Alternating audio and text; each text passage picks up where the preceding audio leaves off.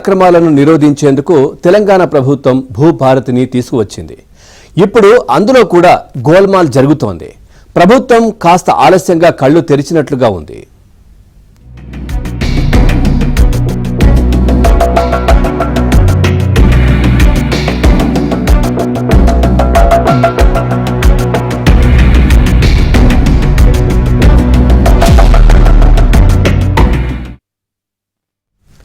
భూముల రిజిస్ట్రేషన్ కోసం చెల్లిస్తున్న స్టాంప్ డ్యూటీ, రిజిస్ట్రేషన్ చలానాల సొమ్ము పక్కదారి పడుతోంది.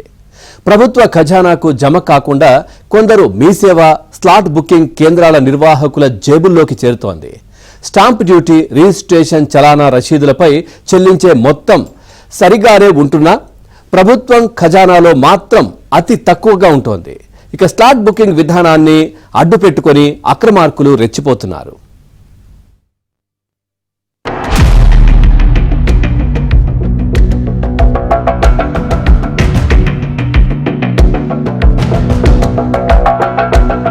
భూభారతి పోర్టల్లో అక్రమాలు. జనగామ జిల్లాలో 8 లక్షలు స్వాహా. ధరణి స్థానంలో తీసుకువచ్చిన భూభారతి పోర్టల్లో అక్రమాలు వెలుగు చూస్తున్నాయి. ప్రభుత్వ ఖజానాకు భారీగా గండి పడుతోంది.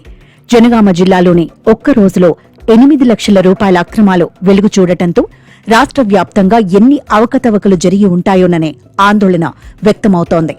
భూభారతి పోర్టల్ ద్వారా స్లాట్ బుకింగ్ చేసుకోవాలి. భూముల లావాదేవీలు జరిపేవారు సిటిజన్ పోర్టల్లో స్టాంప్ డ్యూటీ, రిజిస్ట్రేషన్ ఛార్జీలను చెల్లించి స్లాట్ బుక్ చేసుకోవచ్చు. కానీ సరైన అవగాహన లేక తగిన సమయానికి సంబంధించిన స్లాట్ దొరకక చాలా మంది మీ సేవా కేంద్రాలు, తహసీల్దార్ కార్యాలయాల వద్ద ఉండే స్లాట్ బుకింగ్ కేంద్రాల పరిసరాల్లో తిరిగే డాక్యుమెంట్ రైటర్లను ఆశ్రయిస్తున్నారు. దీన్ని ఆసరాగా చేసుకుని కొందరు నిర్వాహకులు అటు రైతులను, ఇటు ప్రభుత్వాన్ని మోసం చేస్తున్నారు. భూమి క్రయ విక్రయాలకు సంబంధించి ప్రభుత్వానికి చెల్లించాల్సిన స్టాంప్ డ్యూటీ, రిజిస్ట్రేషన్ ఛార్జీల్లో భారీగా సొమ్మును స్వాహా చేస్తున్నారు.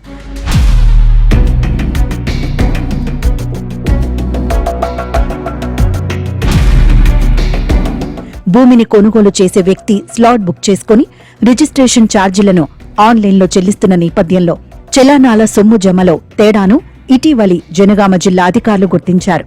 రసీదుల మేరకు రావాల్సిన మొత్తం కన్నా చాలా తక్కువగా ఖజానాలో జమ అయినట్టుగా గుర్తించి ఉన్నతాధికారులకు సమాచారం ఇచ్చినట్టు తెలిసింది. ఈ దందా ఎలా జరుగుతుందని పరిశీలిస్తే రసీదులను తీసుకుని సబ్ రిజిస్ట్రార్ కార్యాలయానికి వెళతారు. అక్కడ రిజిస్ట్రేషన్ ప్రక్రియను పూర్తి చేసుకుంటారు.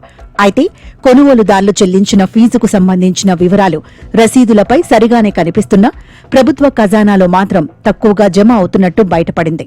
ఉదాహరణకు ఒక వ్యక్తి స్టాంప్ డ్యూటీ, రిజిస్ట్రేషన్ ఛార్జీలు కలిపి 9,000 రూపాయలు చెల్లిస్తే ఖజానాలో 900 రూపాయలు మాత్రమే జమ అవుతోంది. మీ సేవ, స్లాట్ బుకింగ్ కేంద్రాల నిర్వాహకులు చెల్లించాల్సిన సొమ్ముకు సంబంధించిన సంఖ్యలో చివరి 1-2 అంకెలను తొలగించి ఖజానాకు జమ అయ్యేలా చేస్తున్నట్టు అధికారులు గుర్తించారు.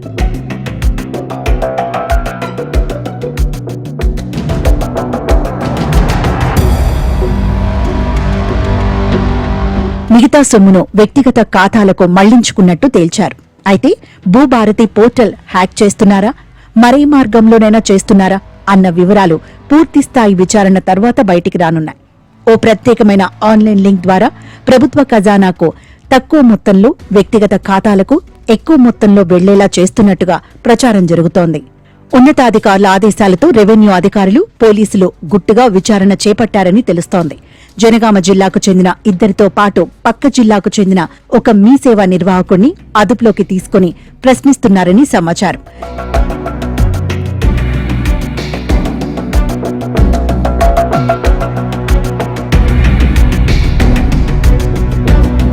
ఈ వ్యవహారం కేవలం జనగామ జిల్లాలోనే జరిగిందా, మిగతా జిల్లాల్లోనూ జరిగిందా అన్నది తేలాల్సి ఉంది.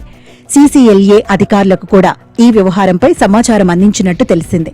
అక్రమాలు బయటపడిన నేపథ్యంలో జనగామ తహసీల్దార్ కార్యాలయాన్ని కలెక్టర్ రిజ్వాన్ బాషా, డీసీపీ రాజమహేంద్ర నాయక్ ఆకస్మికంగా తనిఖీ చేశారు.